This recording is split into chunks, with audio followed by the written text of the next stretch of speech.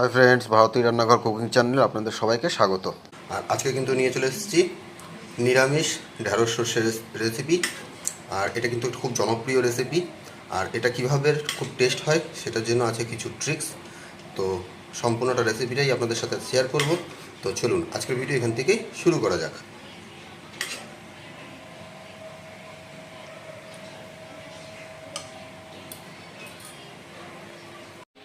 তো ঢ্যাঁড়স সর্ষে রান্না করার জন্য আমরা কিন্তু কড়াই বসিয়ে দিয়েছি ওভেনে। আর এখন দিয়ে নিচ্ছি সর্ষের তেল। আর তেলটা গরম হলে কিন্তু আমরা ঢ্যাঁড়সগুলো ভেজে নেব। তো রান্নাটা করার জন্য আমি কিন্তু ঢ্যাঁড়সগুলোকে এইভাবে কেটে নিয়েছি। আর আপনারা বুঝতে পারছেন সাইজগুলো। আর এখন এটা দিয়ে নেব তেলের।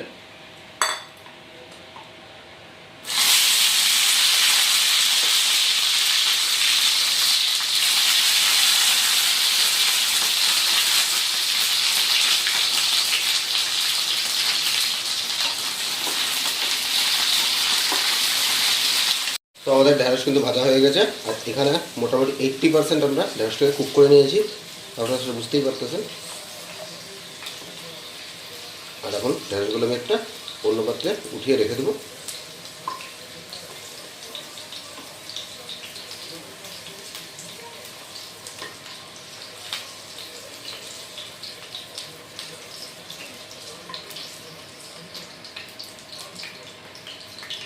একটাই আমি দিয়ে দেবো কালো জিরা।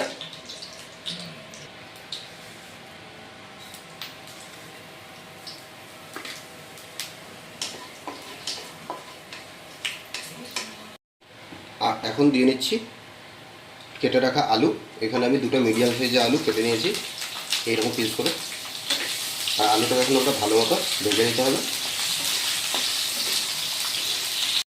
আর আলুটাকে ভাজার সময় উপর থেকে দিয়ে নেব লবণ।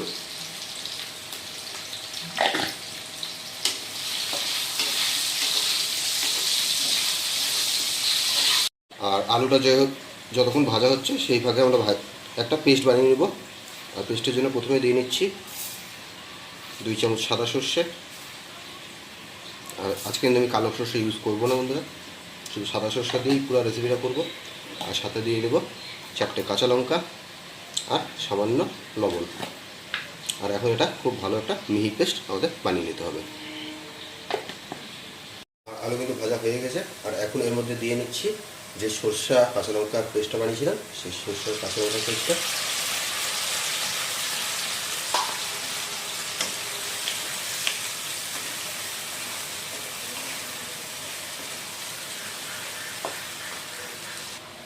আর এর সাথেই অ্যাড করে নিচ্ছি মিক্সি ধোয়া জলটাও।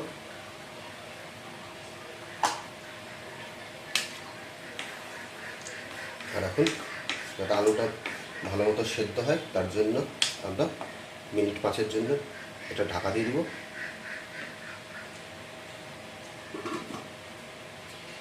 তো আমাদের 5 মিনিট হয়ে গেছে।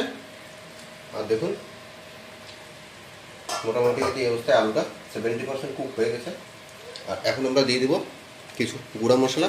আর গুঁড়া মশলার মধ্যে আমি কিছুই দিব না বন্ধুরা, সামান্য হলুদ দিব। আর দিয়ে দেবো সামান্য কাশ্মীরি লাল লঙ্কার গুঁড়ো।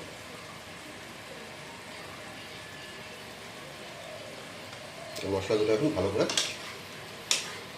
গ্রেভিটার সাথে মিক্স করে নেব। আর এখন অ্যাড করে দেবো সামান্য পরিমাণ জল।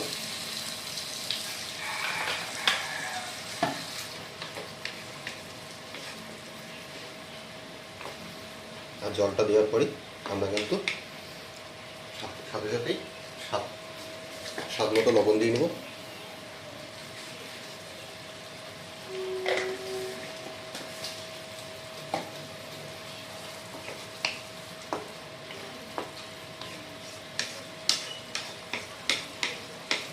আর এখন দিয়ে নেব যে ভেন্ডিগুলো ভেজে রেখেছিল সেই ভেন্ডিগুলো।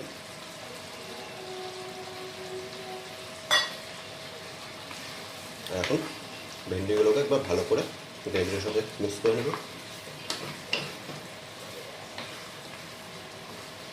তো আমাদের সরষে ঢ্যাঁড়স কিন্তু একদম রেডি হয়ে গেছে। আর এটা শেষ করবো আমি উপর থেকে কাঁচা সরষের তেল দিয়ে দিই।